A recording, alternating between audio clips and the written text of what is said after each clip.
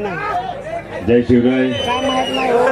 राष्ट्रवादी काँग्रेस शरदचंद्र पवार पक्षाचे महाविकास आघाडीचे अधिकृत उमेदवार अभिजिताबा पाटील यांच्या प्रचाराच्या सभेसाठी व्यासपीठावर उपस्थित असणारे सगळेच मान्यवर, खरं तर मी सगळ्यांची दिलगिरी व्यक्त करतो, पण 1:15 वाजले, 1:30 वाजताचा टेक ऑफ आहे आणि त्यानंतर आणखी 4 सभा कराड, वाई, दौंड आणि पलटण अशा अजून 4 सभा बाकी आहेत. त्यामुळे वेळेत हेलिकॉप्टर उडणं गरजेचं आहे. त्यामुळे आपण सगळ्यांची दिलगिरी व्यक्त करतो. पण सर्वात आधी तुम्हाला सगळ्यांचं मनापासून कौतुक करेल, मनापासून अभिनंदन करेल की लोकसभेला जो निकाल आपण सगळ्यांनी घेतला. कारण लोकसभेच्या आधी परिस्थिती अशी झाली होती की पक्ष गेला, चिन्ह गेलं आणि दिल्लीतले काही नेते गिधाडावानी महाराष्ट्राकडे बघत होते. आता महाराष्ट्र गुडघे टेकणार, आता महाराष्ट्र झुकणार, आता महाराष्ट्र वाकणार. पण तुम्ही सगळ्यांनी साथ दिली, ती आदरणीय पवार साहेबांची साथ दिली आणि धैर्यशील भैयांना या विधानसभा मतदारसंघातून तब्बल 53,000चं लीड दिले. पण भावांनो, लोकसभा तो सिर्फ झाकी थी, विधानसभा भी बाकी है. कारण 2-2.5 वर्षात महाराष्ट्राचं बदललेलं राजकारण आपण पाहिलं. आतापर्यंत आपण ऐकलं होतं पायातली चप्पल विकत घेता येते, अंगातला शर्ट विकत घेता येतो, पण नेते, आमदार आणि मंत्री विकत घेतले जातात. हे महाराष्ट्रानं 2-2.5 वर्षात पाहिलं. ऐकलं ना, 50 खोके एकदम म्हणजे माननीय उद्धव साहेब ठाकरे हे रणांगणात लढत असताना नाही, हॉस्पिटलमध्ये ऍडमिट असताना 40 आमदार फोडण्यात आले. सुरत, गोवा, गुवाहाटी, मशालीची धग आम्हाला माहितीये की ती शिवसेनेच्या मनात जी ही धग आहे, शिवसैनिकाच्या मनात ही जी धग आहे, ती या गोष्टीचा वचपा आपल्याला काढावाच लागेल. बरे, हे माननीय उद्धव साहेब ठाकरेंच्या बाबतीत झालं. त्यानंतर 2 जुलै 2023ला राष्ट्रवादी काँग्रेस पक्ष फोडण्यात आला आणि राष्ट्रवादी काँग्रेस पक्ष फोडण्यात येत असताना ज्या नेत्यांना तळहाताच्या फोडाप्रमाणे जपलं, त्या नेत्यांना ईडी, सीबीआय, इन्कम टॅक्सची भीती दाखवून हातोहात लोकांनी भूमिका बदलली आणि लोकांनी भूमिका बदलल्यानंतर जे निष्ठावंत राहिले, ज्या आदरणीय शरदचंद्रजी पवार साहेबांबरोबर राहिले, त्या आदरणीय शरदचंद्रजी पवार साहेबांबरोबर राहिलेल्या प्रत्येक मावळ्याची ही निवडणूक. आणि म्हणून या निवडणुकीला सामोरं जात असताना ही केवळ आमदारकीची नाही, केवळ विधानसभेची नाही, ही महाराष्ट्र धर्म जपण्याची निवडणूक आहे. आणि आपले अधिकृत उमेदवार अभिजिताबा पाटील यांचं आगमन झालेलं आहे.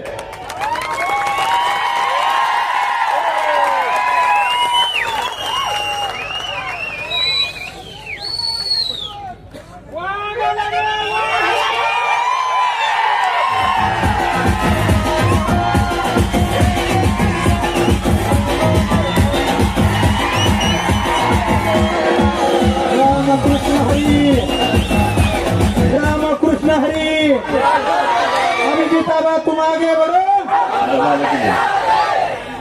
माझ्या नंतर आबा बोलतील. मी निघाल्यानंतर मी तुम्हाला कारण सांगितलंय, 1:30चा टेक ऑफ आहे. त्यानंतर आबा सविस्तर बोलतील.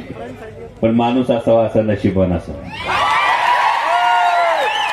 म्हणजे ज्या मतदारांनी एक वेळी लोकसभेला आदरणीय पवार साहेबांना मतदान केले आणि त्याच पवार साहेबांचा पठ्ठ्या आता आमदार व्हायला तुमच्या समोर उभा आहे. आणि नियतीने संकेत पण काय द्यावा बघा. ईव्हीएम वर नंबर आलाय म्हणजे विजयाची पूर्ण अभिजित आबाच्याच नशिबात आहे. आणि ही गोष्ट लक्षात ठेवून महाराष्ट्राच्या भवितव्यासाठी, महाराष्ट्राच्या समाजकारणासाठी, राजकारणासाठी समोर वेगवेगळी चिन्ह असतील. गुगल पेवर 6 रुपये पाठवून झालेत आपल्याला. आता परत काय पाठवायची गरज, ही गोष्ट सगळ्यांना माहिती आहे.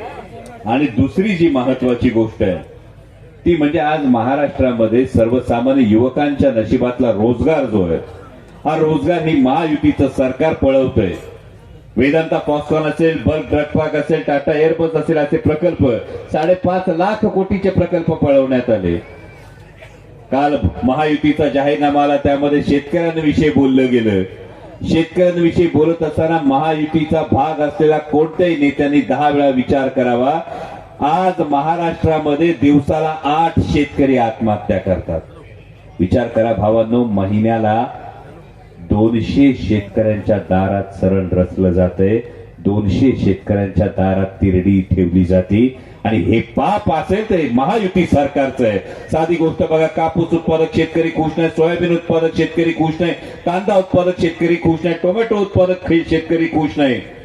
सोयाबीनचा खर्च बघितला तर 6,000 रुपये खर्च आणि 3800 रुपये आपल्याला भाव मिळतोय. शेतकऱ्यांनी जगायचं कसं? आणि हे होत असताना मोजक्या उद्योगपतींचं मात्र कर्ज माफ करतात.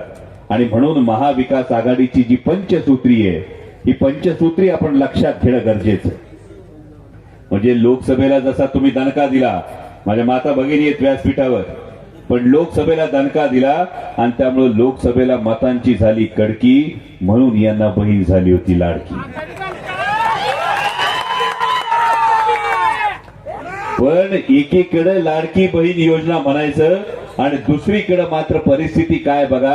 यांचे कोल्हापूरचे भारतीय जनता पक्षाचे राज्यसभेचे खासदार काय म्हटले की ज्या माता भगिनी समोरच्या सभेला जातील त्यांचे फोटो काढून आम्हाला पाठवा. म्हणजे या महायुतीच्या लोकांनी ही योजना दिली ती माझ्या माता भगिनींच्या सन्मानासाठी नव्हती, तर केवळ त्यांच्या मतावर डोळा ठेवून केलेली योजना होती. पण महाविकास आघाडीची योजना येताना महालक्ष्मी योजना आपण म्हणतो. म्हणजे प्रत्येक माता भगिनीच्या अकाउंटवर महिन्याला 3,000 रुपये, वर्षाला 6 गॅस सिलेंडर मोफत. एवढंच नाही तर फक्त माता भगिनीला लाडकी म्हणायचं नाही, तर ती सुरक्षित राहिली पाहिजे म्हणून शक्ती कायद्याची अंमलबजावणी. जर मुलगी जन्माला आली तर तिला वयाच्या 18व्या वर्षी 1 लाख रुपये मिळणार. ही आहे महाविकास आघाडीची महालक्ष्मी योजना. ज्या आदरणीय शरदचंद्रजी पवार साहेबांनी ऐतिहासिक काम केलं. देशाच्या इतिहासात 71,000 कोटी रुपयाची कर्जमाफी करून शेतकऱ्यांचा 7/12 कोरा करण्याचं काम कोणी केलं असेल तर ते आदरणीय शरदचंद्रजी पवार साहेबांनी केलं. आणि त्याच पावलावर पाऊल ठेवून महाविकास आघाडीचं दुसरं सूत्र आहे 3 लाखापर्यंत शेतकऱ्यांचं कर्ज माफ करणार आणि शेतमालाला हमी भाव देणार. तिसरी महत्वाची गोष्ट युवकांसाठी, जे रोजगार आमच्या हातातोंडातून समोरून पळवण्यात आले, या तब्बल 12.5 लाख युवकांना 5 वर्षात रोजगार दिले जाणार. दरवर्षी 2.5 लाख तरुणांना नोकऱ्या मिळणार. आणि जे सुशिक्षित बेरोजगार असतील यांना महिन्याला 4,000 रुपये बेरोजगारी भत्ता दिला जाणार. हे महाविकास आघाडी सरकारचं वचन आहे. जी चौथी महत्वाची गोष्ट आहे, आपण जर कुणी ऍडमिट झालं, हॉस्पिटलमध्ये कुणी ऍडमिट झालं, तर पोरांच्या शिक्षणासाठी, पोरीच्या लग्नासाठी जमून ठेवलेली रक्कम हॉस्पिटलचं बिल द्यायला जाते. पाहुण्या रावळ्याला फोन करायला लागतो, बिल लई झालंय. एक तर डॉक्टरला सांगावं लागतं बिल कमी कर, नाही तर पाहुण्या रावळ्याला फोन करावा लागतो. या सगळ्यातून उपाय निघावा यासाठी महाविकास आघाडी सरकारच्या माध्यमातून तब्बल 25 लाख रुपयांचा आरोग्य विमा हा प्रत्येक कुटुंबाला मिळणार आहे. आणि 5वी फार महत्वाची गोष्ट आहे, महाराष्ट्रातल्या वेगवेगळ्या समाजाचं म्हणणं आहे, वेगवेगळ्या समाजाची मागणी आहे आणि ही न्याय्य मागणी आहे. पण भारतीय जनता पक्ष एका समाजाला दुसऱ्या समाजाच्या विरोधात फक्त भिडवण्याचं काम करतोय.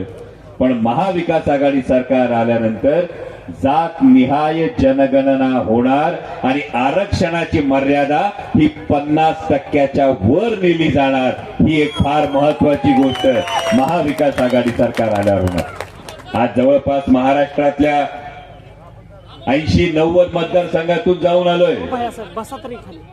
तेच सांगितले 50% वर आरक्षण देण्यासाठी महाविकास आघाडीने जाहीरनाम्यात सांगितलंय जात न्याय जनगणना होणार, जेणेकरून जिसकी जितनी संख्या भारी उसकी उतनी हिस्सेदारी. त्यामुळे जितकी जितकी संख्या वाली उसकी उतनी हिस्सेदारी करायची असेल तर महाविकास आघाडीचं सरकार हे राज्यात आणणं गरजेचं आहे. आणि म्हणून भावा, आपण जो हक्क मागतो हा हक्क डावलण्यासाठी महायुतीची लोक येऊन आपल्याला सांगतात नाही नाही आता एक आहे तो सीट आहे. आता ते म्हणतात बटेंगे तो कटेंगे, पण बटेंगे तो कटेंगे म्हणणाऱ्यांना सांगू इच्छितो, बटेंगे तो कटेंगे सारखं विषारी बीज तिकडं गंगा यमुनेच्या भुसभुशीत मातीत उगवत असेल. हा सह्याद्रीचा काळा पाषाण आहे. 18 पगड जातीच्या लोकांना घेऊन 12 बलुतेदार 16 अलुतेदारांना घेऊन छत्रपती शिवाजी महाराजांनी इथंच स्वराज्य निर्माण केलंय. आणि त्यामुळे महाराष्ट्राच्या अभिमानासाठी, महाराष्ट्र धर्म राखण्यासाठी आदरणीय शरदचंद्रजी पवार साहेब, मान्य उद्धव साहेब ठाकरे, मान्य राहुलजी गांधी यांच्या नेतृत्वामधलं महाविकास आघाडी सरकार आणण्यासाठी तुमचं एक बहुमोल मत तुतारी वाजवणाऱ्या माणसालाच दिलं पाहिजे. कारण तुतारी वाजवणाऱ्या माणसाला मत म्हणजे आदरणीय शरदचंद्रजी पवार साहेबांना मत, तुतारी वाजवणाऱ्या माणसाला मत म्हणजे मान्य पक्षप्रमुख उद्धव साहेब ठाकरेंना मत, तुतारी वाजवणाऱ्या माणसाला मत म्हणजे मान्य राहुलजी गांधींना मत. आणि म्हणूनच आपल्याला कळकळीची विनंती करतो की अभिजित आबा पाटलांसारखा एक उमदा तरुण जो सहकाराच्या माध्यमातून, उद्योगाच्या माध्यमातून, कारखान्याच्या माध्यमातून सातत्यानं या माढा लोकसभा मतदारसंघामध्ये अभिजित आबा आमदार म्हणजे आदरणीय शरदचंद्रजी पवार साहेबांचं थेट लक्ष हे माढा विधानसभा मतदारसंघावर असणार याची तुम्हाला खातरजमा देतो. आणि ईव्हीएम वर आपला नंबर आहे. नियतीने विजयाची खूण केली, आता फक्त तुम्ही बटन दाबवा आणि माढा विधानसभा मतदारसंघामध्ये फक्त तुतारी वाजवा, एवढीच तुम्हाला कळकळीची विनंती करतो आणि थांबतो. धन्यवाद. जय शिवराय. धन्यवाद साहेब, तुमच्या आशीर्वादाने निश्चितपणे